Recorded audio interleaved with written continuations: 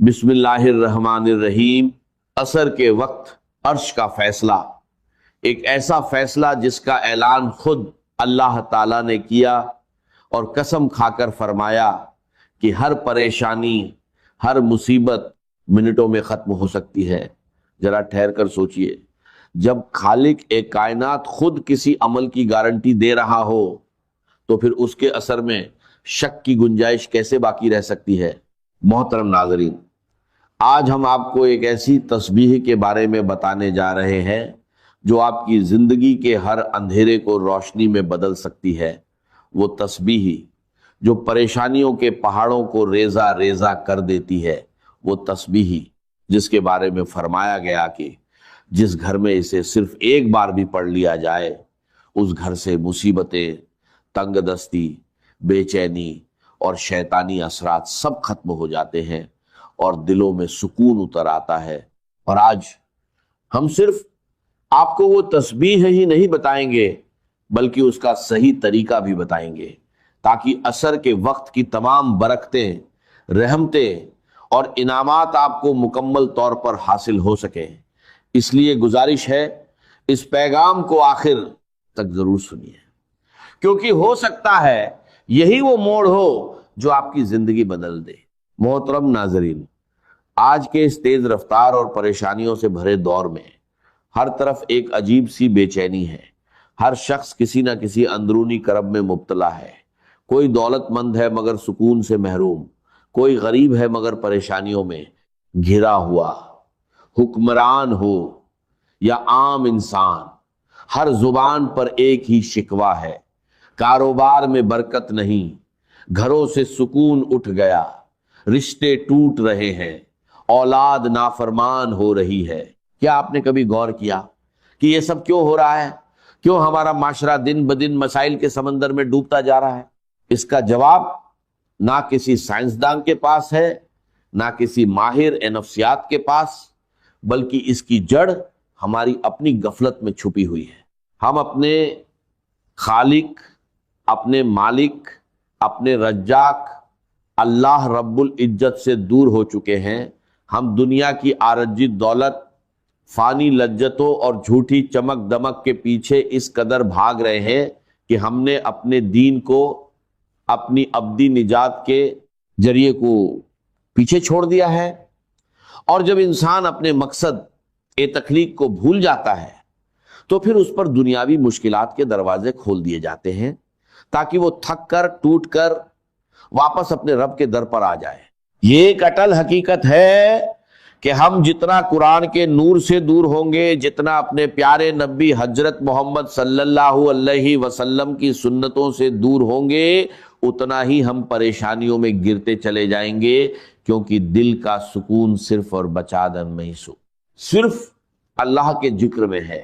لیکن محترم ناظرین، یہاں مایوس ہونے کی بالکل ضرورت نہیں ہے، کیونکہ ہمارا رب کوئی سخت گیر نہیں، بلکہ وہ تو نہایت رحم اور کرم کرنے والا ہے۔ اس کی رحمت اتنی وسیع ہے کہ وہ چھوٹی سی نیکی کو بھی قبول کر لیتا ہے اور بڑے سے بڑے گناہوں کو معاف کر دیتا ہے۔ وہ اپنے بندوں سے 70 مانوں سے بھی زیادہ محبت کرنے والا ہے، ہر لمحہ ہمیں توبہ کا موقع دینے والا ہے۔ ذرا اللہ کی رحمت کی ایک جھلک دیکھیے جو ہمیں بخاری شریف کی ایک مشہور روایت میں ملتی ہے۔ بنی اسرائیل کی ایک عورت جو گناہوں میں ڈوبی ہوئی تھی، ایک دن سخت گرمی میں سفر کر رہی تھی۔ راستے میں اس نے ایک کتے کو دیکھا جو پیاس سے تڑپ رہا تھا، کیچڑ چاٹ رہا تھا۔ اس عورت کے دل میں رحم جاگا۔ اس نے اپنے چمڑے کے موجے میں پانی بھر کر اس کتے کو پلا دیا۔ دنیا کی نظر میں یہ ایک چھوٹا سا عمل تھا، مگر اللہ رب العزت نے اس نیکی کو اتنا پسند فرمایا کہ اسی ایک عمل کے بدلے اس کے تمام گناہ معاف کر دیے۔ ذرا سوچئے، اگر ایک گناہ گار عورت کے ایک چھوٹے سے رحم کے عمل کو اللہ نے بخشش کا ذریعہ بنا دیا، تو اگر ہم انسانوں پر رحم کریں، اپنے رشتوں کو جوڑیں اور سب سے بڑھ کر اپنے رب سے تعلق مضبوط کر لیں، تو ہماری زندگی میں کتنی جلدی بدلاؤ آ سکتا ہے۔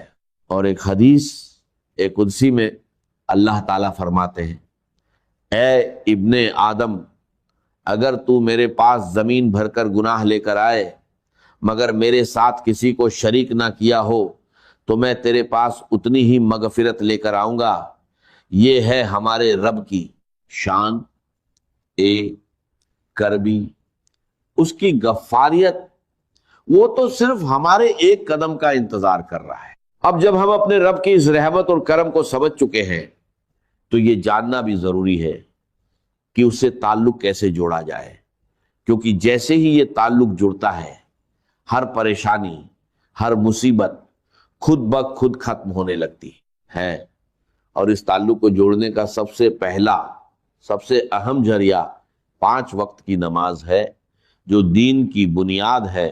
یہ نماز ایمان کا ستون اور اس کا عملی ثبوت ہے۔ محترم ناظرین، اسلام کی روح عبادت اور ذکر الہی میں پوشیدہ ہے۔ تلاوت قرآن اور اللہ تعالیٰ کا ذکر، اس کی حمد اوسنا اور تسبیحات اللہ کے ذکر کی سب سے اعلیٰ صورتیں ہیں۔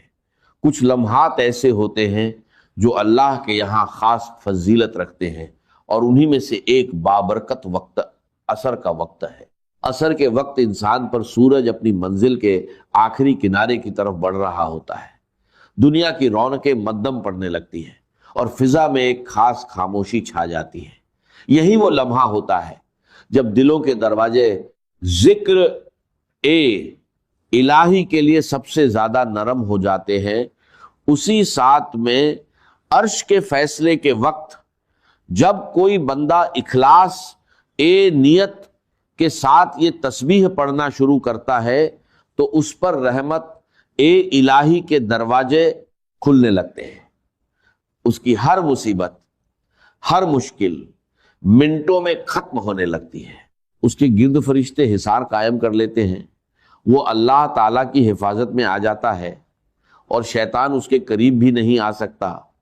احادیث مبارکہ میں بار بار یہ بات بیان کی گئی ہے کہ اللہ کا ذکر اور تسبیحات نہ صرف بندے کے دل کو منور کرتے ہیں بلکہ اس کی تمام پریشانیاں اور مشکلات بھی دور کر دیتے ہیں۔ حضور اکرم صلی اللہ علیہ وسلم نے فرمایا، اپنے گھروں کو قبروں کی مانند نہ بناؤ بلکہ ان میں قرآن کی تلاوت، تسبیحات اور ذکر اذکار کیا کرو، کیونکہ وہ گھر جن میں یہ اعمال کیے جاتے ہیں اہل آسمان کے لیے ایسے چمکتے ہیں جیسے زمین والوں کے لیے آسمان کے ستارے۔ عصر کے وقت جب یہ تسبیح پڑھی جاتی ہے تو یہ وقت دعا کی قبولیت کا بھی ہوتا ہے، یہ عرش کے فیصلے کا وقت ہوتا ہے۔ اس گھڑی میں بندہ اللہ کے سب سے قریب ہوتا ہے، اس کی زبان سے نکلنے والا ہر کلمہ اللہ کے حضور خاص مقام رکھتا ہے۔ حضور اکرم صلی اللہ علیہ وسلم کی زندگی اس بات کا عملی ثبوت ہے کہ کس طرح تسبیحات اور ذکر اذکار سے تعلق انسان کی زندگی کو بدل دیتا ہے۔ آپ صلی اللہ علیہ وسلم کی تعلیمات ہمیں یہ سکھاتی ہے کہ اللہ کا ذکر صرف زبان سے نہیں بلکہ دل سے کیا جائے۔ جب بندہ سچے دل سے اللہ کی حمد اوسنا اور اس کے ذکر میں مشغول ہوتا ہے تو اس پر خاص عنایت نازل ہوتی ہے۔ اولیاء اور صالحین بھی ہمیشہ اللہ تعالیٰ کے ذکر و اذکار کے لیے اوقات مقرر کرتے تھے، اور ان میں عصر کا وقت خاص اہمیت رکھتا تھا، کیونکہ یہ وہ لمحہ ہوتا ہے جس میں دن کا اختتام اور رات کی روحانی ابتدا ایک دوسرے سے ملتے ہیں۔ یہی عرش پر فیصلے کا وقت ہے۔ نماز عصر کی اہمیت اور فضیلت کے بارے میں حضور پاک صلی اللہ علیہ وسلم نے متعدد احادیث میں ارشادات فرمائے ہیں، جن میں نماز عصر کی حفاظت کی تاکید کی گئی ہے۔ رسول اللہ صلی اللہ علیہ وسلم نے فرمایا، جس نے عصر کی نماز چھوڑ دی اس کے اعمال ضائع ہو گئے، یہ حدیث اس بات کی واضح دلیل ہے کہ نماز اثر ایمان اور عمل کی بنیاد ہے۔ جو اس نماز کی پابندی کرتا ہے گویا وہ اپنے ایمان کی حفاظت کرتا ہے، اور جو اسے ترک کرتا ہے وہ اپنے نیک اعمال سے محروم ہو جاتا ہے۔ نماز اثر جنت کی ضمانت ہے۔ رسول اللہ صلی اللہ علیہ وسلم نے فرمایا، جو شخص فجر اور عصر کی نمازوں کی پابندی کرے گا وہ جنت میں داخل ہوگا۔ یہ حدیث واضح کرتی ہے کہ نماز اثر بندے اور اللہ کے درمیان ایک مضبوط عہد کی مانند ہے۔ جو بندہ فجر اور عصر کی پابندی کرتا ہے اس کے لیے جنت کی بشارت ہے، اور عصر کے وقت دعا کی قبولیت بھی ایک عظیم حقیقت ہے۔ رسول اللہ صلی اللہ علیہ وسلم نے فرمایا، جمعہ کے دن ایک ایسی گھڑی ہوتی ہے کہ اگر کوئی مسلمان بندہ اس وقت نماز میں ہو اور اللہ سے کچھ مانگے تو اللہ سے پدرود اللہ سے اکثر اللہ علیہ وسلم نے فرمایا اللہ تعالیٰ اسے ضرور عطا کرتا ہے۔ صحابہ کرام رضی اللہ عنہم نے عرض کیا، یا رسول اللہ صلی اللہ علیہ وسلم وہ گھڑی کون سی ہے؟ آپ صلی اللہ علیہ وسلم نے فرمایا، وہ عصر کے بعد کا وقت ہے۔ یہ حدیث ہمیں بتاتی ہے کہ خصوصاً جمعہ کے دن عصر کے بعد دعا کی قبولیت کا ایک خاص لمحہ ہوتا ہے جس میں مانگی گئی دعا رد نہیں کی جاتی، قبولیت کے خاص لمحات ہوتے ہیں۔ یہ وقت روحانی طور پر بے حد انتہائی بابرکت ہوتا ہے، لہذا عصر کے بعد قرآن کی تلاوت، ذکر اور دعا کا اہتمام کرنا قبولیت کا سبب بنتا ہے۔ عصر کی نماز فرشتوں کے گواہ ہونے کا وقت ہے۔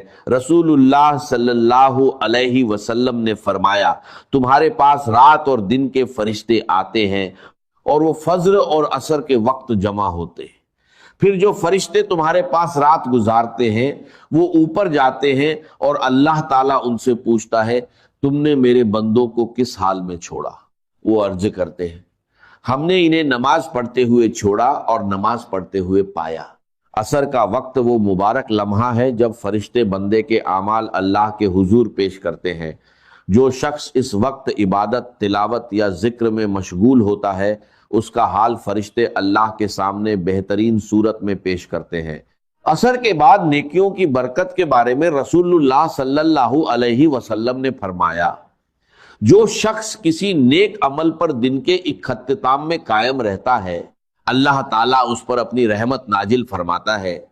عصر کا وقت دن کے اختتام کا وقت ہوتا ہے، یعنی دن کی محنتوں، فیصلوں اور اعمال کا نچوڑ۔ اگر بندہ اس وقت ذکر الہی، تلاوت یا دعا میں مشغول ہو جائے تو گویا وہ اپنے دن کو خیر و برکت کے ساتھ مکمل کرتا ہے۔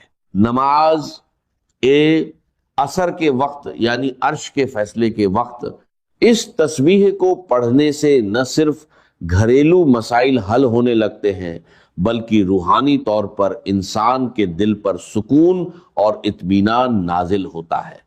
اس تسبیح کی خاص بات یہ ہے کہ اسے پڑھنے والا انسان خود بھی اللہ کی رحمتوں کے سائے میں آ جاتا ہے اور اس کے ارد گرد کا ماحول بھی نورانی ہو جاتا ہے۔ یہ تسبیح دلوں کی تنگی کو کشادگی میں بدل دیتی ہے، مایوسی کو امید میں تبدیل کر دیتی ہے اور انسان کے اعمال کو ایسا نکھار دیتی ہے کہ وہ اللہ کے خاص نظر اکرم کا مستحق بن جاتا ہے۔ محترم ناظرین، ذرا سوچئے کہ آپ نہیں چاہتے کہ آپ کی تمام مشکلات اور پریشانیاں دور ہو جائیں؟ کیا آپ نہیں چاہتے کہ آپ کے بچے نیک بنے، آپ کے رزق میں برکت ہو، آپ کی زندگی سکون سے بھر جائے اور آپ کا دل ہر وقت اللہ کے ذکر سے لبریز رہے؟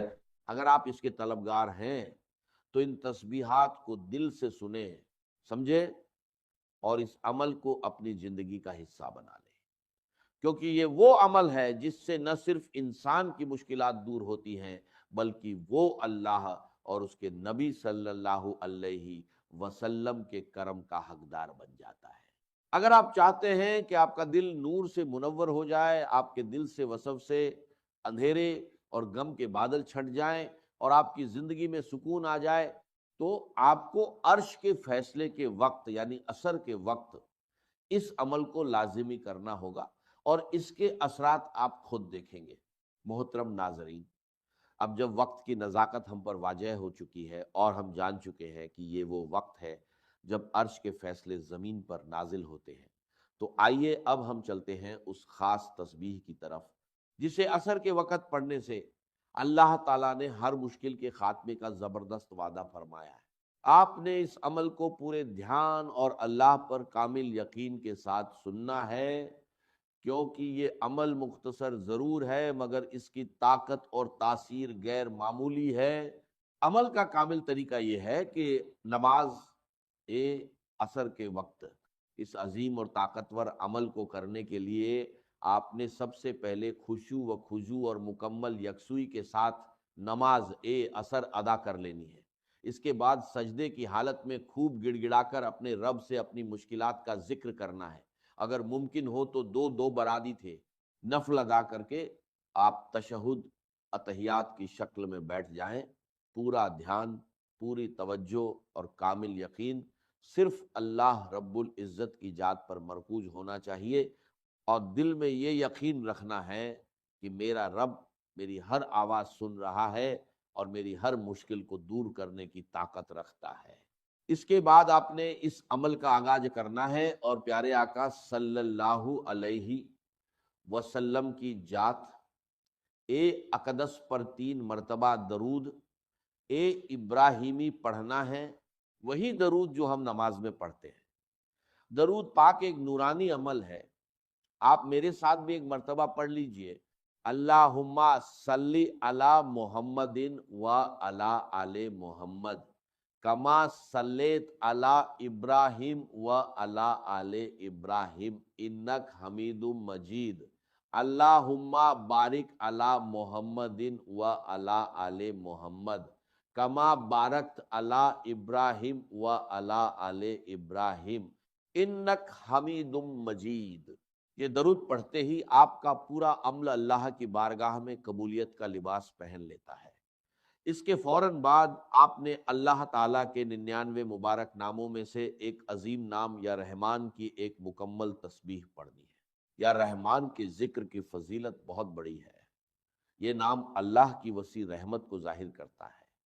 جب آپ اسے عصر کے وقت پورے یقین کے ساتھ پکارتے ہیں تو اللہ کی اس صفت کو متوجہ کرتے ہیں جس سے ساری کائنات فیضیاب ہو رہی ہے۔